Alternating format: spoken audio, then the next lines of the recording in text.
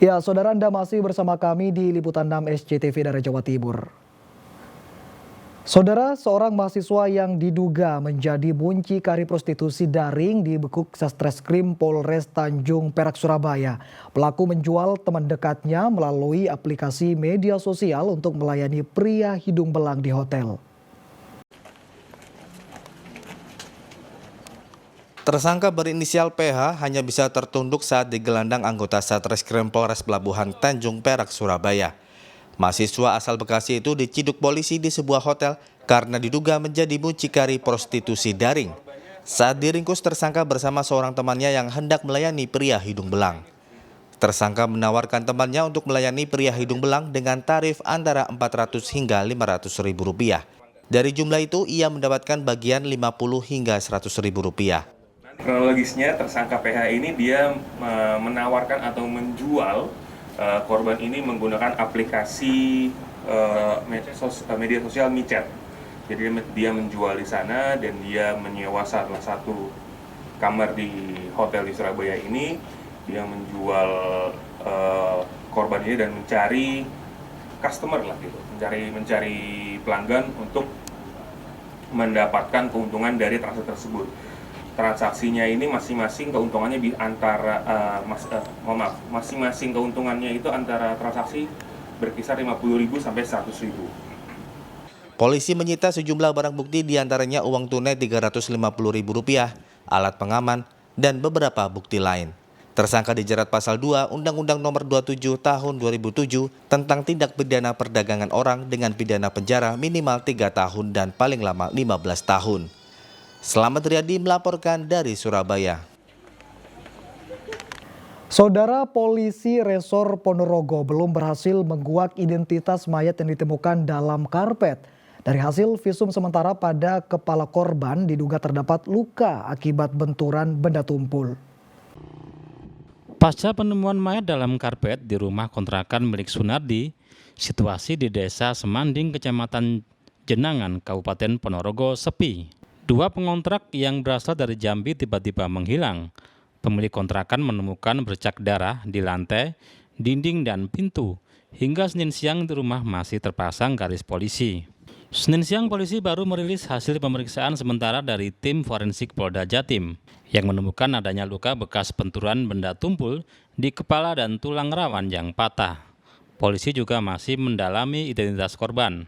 Dengan otopsi temu mayat yang kapan hari dilakukan, ada beberapa patahan di tulang rawan di bagian kepala, dan kemudian juga ada beberapa perlukaan di bagian kepala, bagian belakang dan juga atas. Sementara itu temuan daripada hasil otopsi. Untuk DNA-nya seperti apa? Untuk tes DNA kemarin dari tim sudah berkirim ke laboratorium forensik Polda Jatim dan saat ini masih berproses. Untuk hasil nanti kami masih menunggu. Polisi dari Polres Ponorogo terus mendalami dan mengusut kasus dugaan pembunuhan tersebut. Dirgo Suyono melaporkan dari Ponorogo. Saudara, memanfaatkan lahan yang sempit di tengah permukiman, seorang kuli bangunan di kota Mojokerto sukses jadi peternak lele dengan sistem kolam bioflok. Metode ini cukup mudah karena mengandalkan pakan pabrikan. Hasilnya, saudara, setiap kali panen ia bisa menghasilkan cuan hingga jutaan rupiah.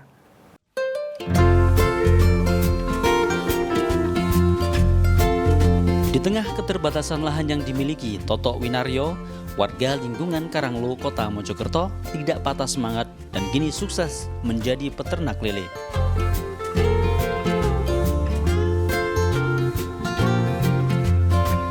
Sistem peternak lele yang diterapkan pria 56 tahun ini menggunakan teknik kolam bioflok.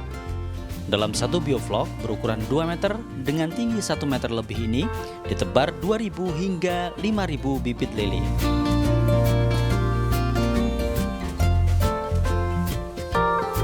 Untuk bibit lele, Toto Winaryo memilih jenis berlian karena memiliki kekebalan dan tahan di segala cuaca. Ikan lele bisa dipanen 2,5 bulan kemudian.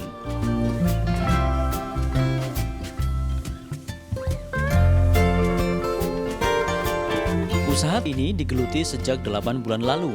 Agar hasil panen melimpah, Totok mengandalkan pakan pabrikan dan tidak memberi lele pakan lain seperti ayam tiren atau lainnya.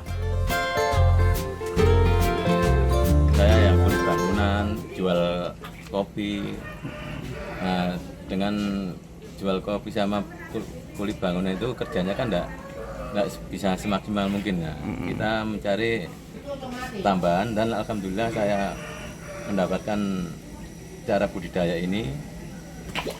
Dan setelah saya terjun ini kok keuntungannya begitu lumayan. Akhirnya saya meninggalkan seperti pekerjaan apapun, kita fokuskan ke budidaya lele ini. Nah, kalau bioflok ini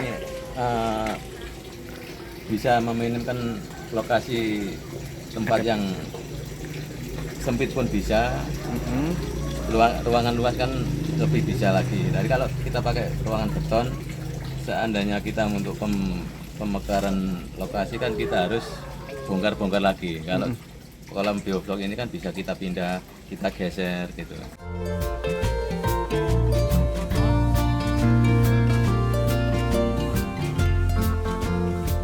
Dengan media kolam bioflok dan lele jenis berlian, Totok Winaryo bisa meraup untung jutaan rupiah setiap kali panen.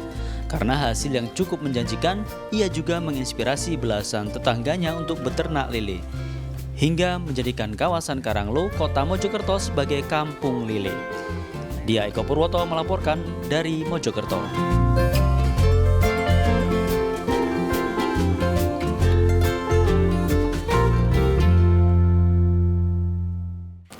Kita ke informasi lain saudara, kejuaraan panjat tebing tingkat provinsi digelar di kota Surabaya diikuti oleh ratusan atlet usia dini. Selain mencari atlet berbakat dan mempopulerkan ajang ini, lomba juga untuk mengisi waktu libur sekolah.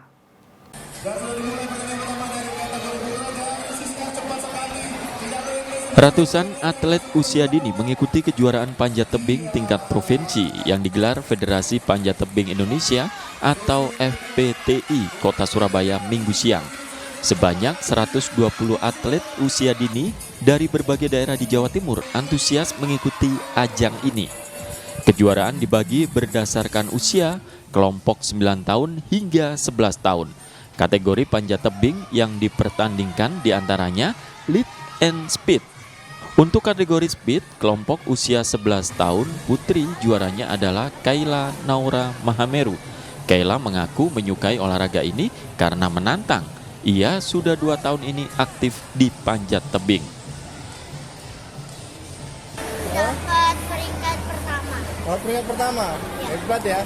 Ya. Ini kenapa kau suka panjat tebing? Karena nggak sedikit berat. Menantang gitu ya? Tapi alhamdulillah tapi nggak sempat kepleset ya?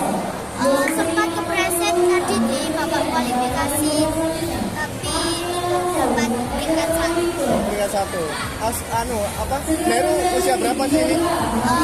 Saya usia 10 tahun. 10 tahun. Ikut yang kategori? Ikut kategori U11. U11. Malaysia berapa ini? Usia 5 tahun. 5 tahun.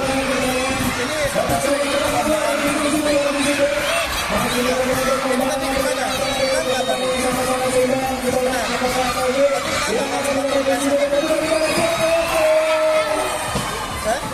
Kurang dekat kakinya. Terus ya Selain mencari atlet berbakat dan mengisi waktu libur sekolah, kejuaraan sengaja digelar di mal untuk mengenalkan dan mempopulerkan olahraga panjat tebing pada masyarakat umum.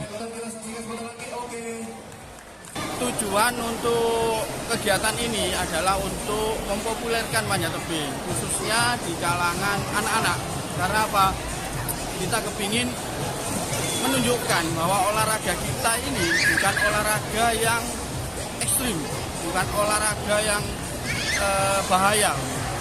Jadi kita kenalkan untuk ke anak-anak, tujuannya itu.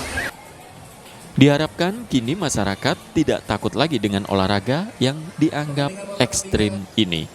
Dari Surabaya, Arif Purwanto melaporkan. Serunya berwisata malam di Kebun Binatang Surabaya. Informasi selengkapnya saudara akan kami hadirkan untuk Anda sesaat lagi.